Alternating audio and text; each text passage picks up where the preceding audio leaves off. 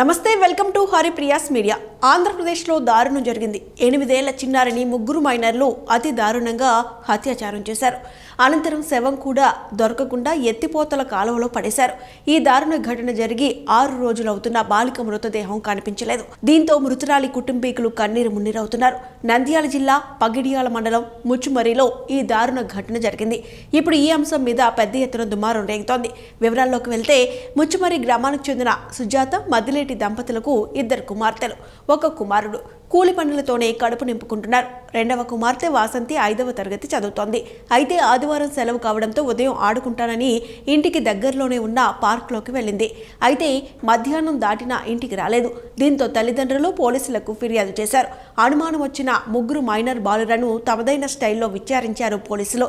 అప్పుడు కానీ సంచలన నిజాలు వెలుగులోకి రాలేదు.